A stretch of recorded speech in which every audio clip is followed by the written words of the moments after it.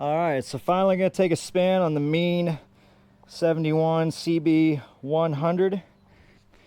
And let's see, start it up.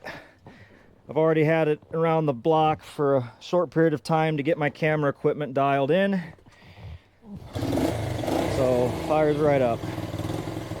Go ahead, and we did fix the horn. I did fix the horn on it. So give that a demonstration. Real traffic clear, isn't it? Oh yeah. All right, left turn. I think you can see that there. All right, keep the left turn on.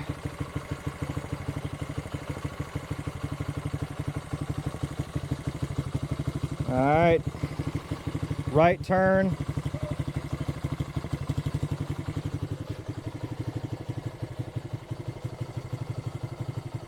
I think that's good. All right, so as I said, this is a 1971 Honda CB100. We'll hit top speed here, baby.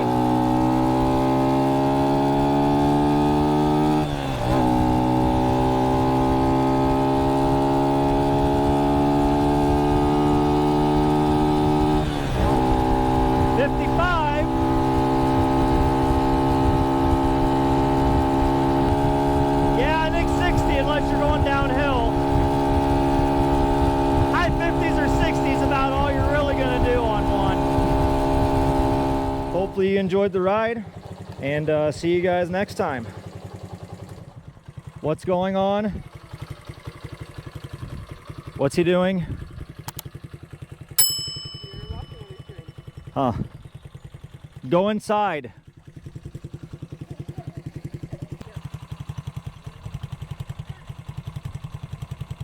Huh. Do you need me to help? Okay. Now that that's over, I get to reshoot this entire video. Hopefully I can do it this time without the camera, without my GoPro aimed down at my crotch. So round two.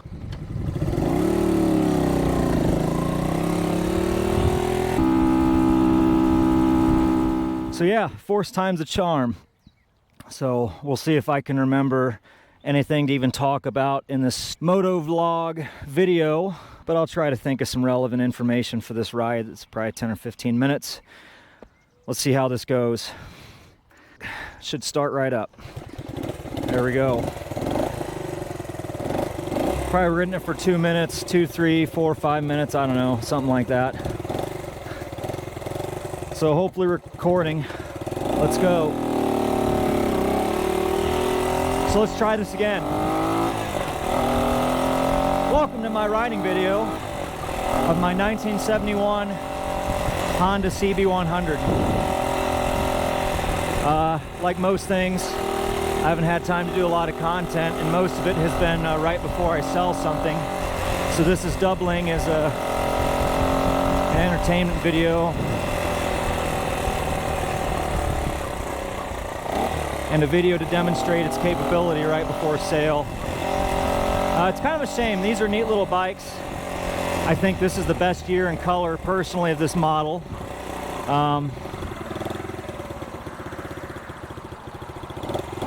I do have a little bit of an attachment to these. This particular year and this particular color of CB100 was the first motorcycle that I ever licensed, and it was the first bike that the only bike that I took my motorcycle safety endorsement test on right about the end of high school, beginning of college time frame, freshman year of school at Ohio State.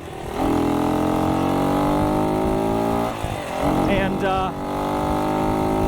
so I have a little bit of a personal attachment to these. I spent my childhood riding one, or riding that, not this exact bike, but the same year, same color, same model. at my grandparents' house in Portsmouth, Ohio. Probably when I was around 7th or 8th grade maybe. That particular bike was my uncle's, who left it down there after he moved away. And then I got it running and rode it down there as a kid, and then brought it home when I was old enough to register and insure it in my name. Rode it all through school at Ohio State, when you could get a parking permit for like $15 for motorcycles and park right next to your classroom, which is great. And I rode the absolute heck out of that bike. So naturally, when I found one for sale by a local Honda collector to me, not even for sale, when I saw one in the local Honda collector, friend here, I told him if he ever decided to sell it, to let me know so that I could take a trip down memory lane. Well, it's been fun. Sometimes you just gotta move on. We'll ride by the Harley bar. You know, they're all jealous, right? But like anything, I collect too much stuff. I have enough things that are sentimental to me, and I decided to move this one along after having some fun with it. These bikes are pretty hysterical. You know, if you didn't look at them up close, if you're looking at photos online, you kind of think they were like a single cylinder version of a CB350 twin, and then realize how tiny they are when you see one in person, ride one in person, or you see one side by side against a 350. They're a really tiny bike. You know, my knees are pretty much even with the gas tank, or above the gas tank. I think the weight of them is just under 200 pounds dry, so they're pretty light. They make around, I believe, 11 and a half horsepower at 11,000 RPMs, which is really flung out for a 4-stroke single cylinder. And they're rated at like 70 mile an hour, which I'm really skeptical of. Maybe for someone who's a little bit lighter weight, over in Asia where they're a little more popular at the time,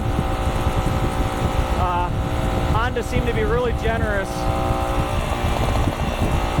on their top speed with these things back in the day. So, my mic there. But 5-speed manual transmission. They're a pretty easy bike to learn on. You got to clutch it a little bit to get going. They're definitely, you know, not going to get away from you or anything. But it's also a good city bike. I think it's most comfortable right around 45, 50 mile an hour, right where I'm at.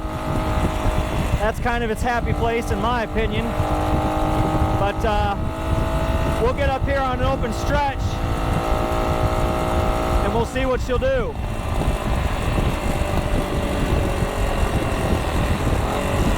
This one runs pretty good.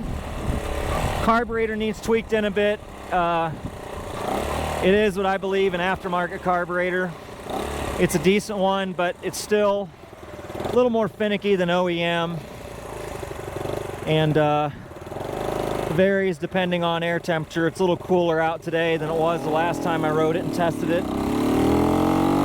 Let's see if we can get up to speed here. Here we go.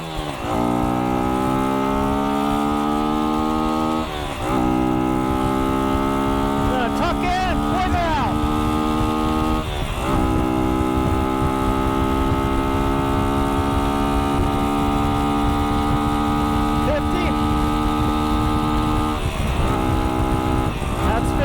So let's see, we're 55.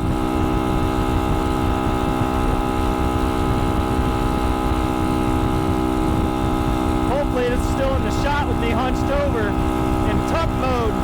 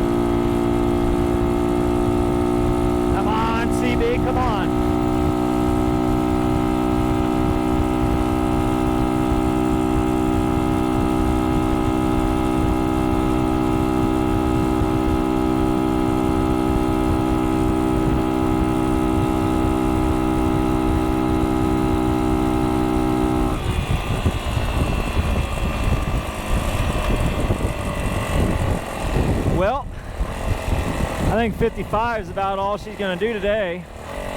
I hit 60 on it in the 3 videos that I was taping before. I think I was on a little more of a downhill slope. But yeah, I think 70 mile an hour is pretty ambitious. And I want to say 60 on the last CB that I had was about all I could hit on it. Back in my days when I was a bit slimmer and a bit younger. And that was on a fresh top end at that.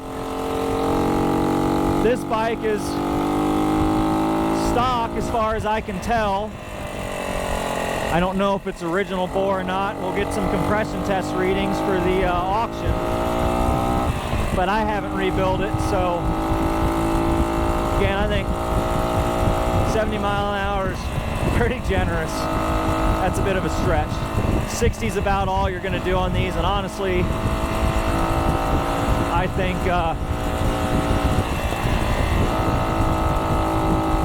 45 to 50 is about the most I care to really do on one, to be honest.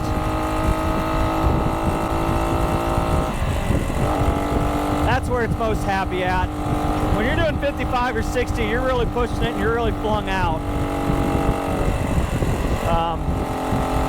Personally, I enjoy riding this bike. Like I said, 45 mile an hour is a sweet spot. Just kind of easy cruising around town with it. You know, feel free to comment, but this is not one of those Hondas that I enjoy flinging out as much, like a CB160 twin or 454, 450F 4-cylinder, or 550 4-cylinder, for instance. This one I just kind of like putting around town with it. That's my preferred riding style. Yeah.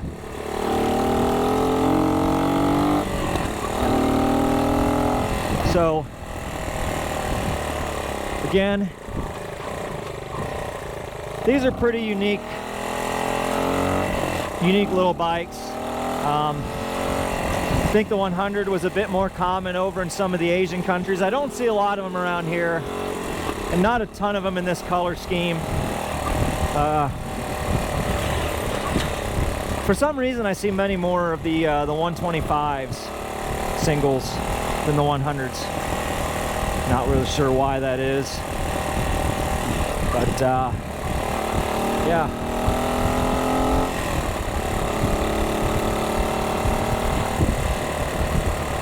Putt back home here with it.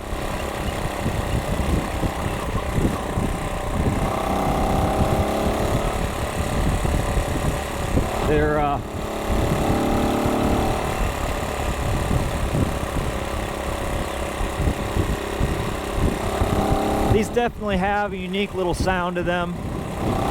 At least I remember it. It brought a smile to my face. Oh, got a bug there. The first time I had this one started, after it had been in storage from the previous owner, the collector, a couple years. Feel free to go back and watch. I think I have some content on that from early on. It really brought a smile to my face the first time I heard that throaty little note through the intake and out the exhaust. So these, hope you enjoyed the video.